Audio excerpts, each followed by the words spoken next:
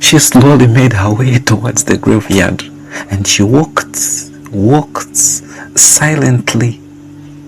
And as she approached one tomb, she slowly knelt down, held the tombstone, and cried out bitterly. She had been eaten within by what has been termed the pandemic of the 21st century, depression. Today, we look at depression in greater details as we continue with the series, The Power of Hope. It has been estimated that about 280 million people, that is 3.5% of the global population, actually have depression. From suicide alone, more than 700,000 people die worldwide. Now, to give you some different perspective, in the United States alone, about 16.1 million adults are affected by depression. This has a great toll on the economy, as about 210 billion US dollars is spent annually. Now, depression obviously is psychological, but it has some physical effects throughout the body. In recent researches that have been carried out, it has been found out that there are certain compounds that are released in the blood that actually are able to be detected when someone is going through deep depression and having suicidal thoughts. Can you imagine that? Depression has a direct effect on cellular metabolism. So, as you read the verse, a merry heart does good like medicine, but a broken spirit dries the bones, this will make much more sense, because it is actually very literal. A broken spirit, being downcast, has a great toll on the metabolic reactions of the body. What is depression? Depression is a mental state of low mood which affects thoughts, behavior, feelings, and a sense of well-being. People who are depressed lose a sense of motivation, interest, and pleasure in the things that they do. What are some other symptoms of depression?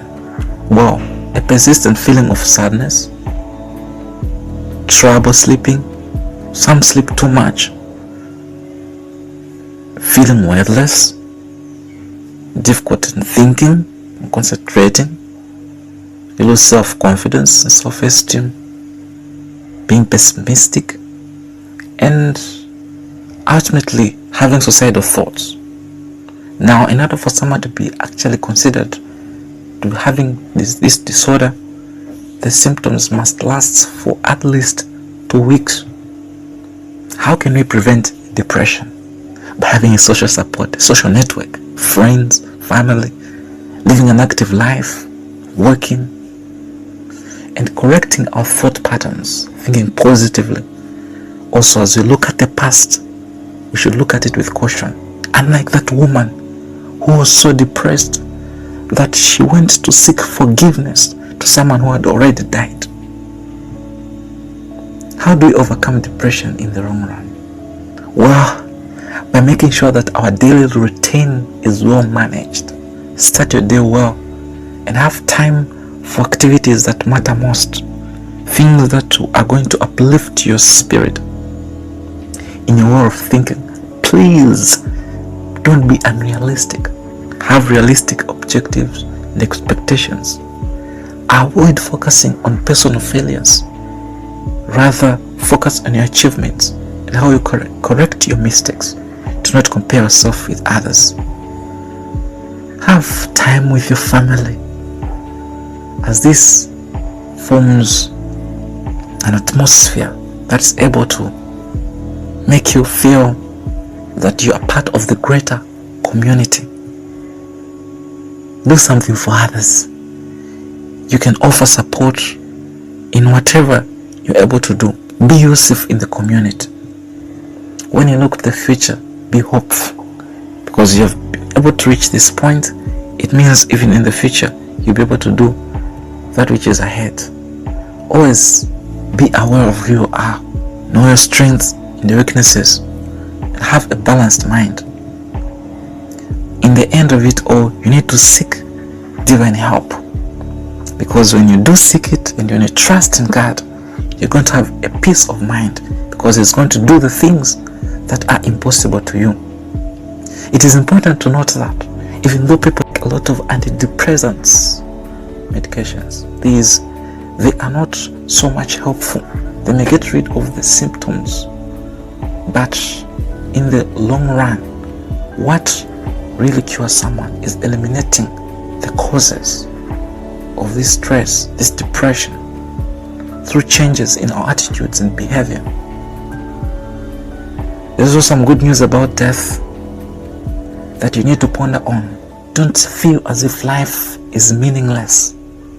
No, life has great meaning. You and I can live well today, and when we die, we don't have to worry about anything. According to the Bible, the dead are unconscious and capable of communicating with anyone in the world. They are eaten by worms. They don't go to heaven or hell. Rather, they all await a day of judgment. As it is said, just as people are destined to die once, and after that face judgment. So Christ was sacrificed once to take away the sins of the many, and you appear again for the second time, not to bear sin, but to bring salvation to those who are waiting for Him. Finally, be assured that the Lord is close to you.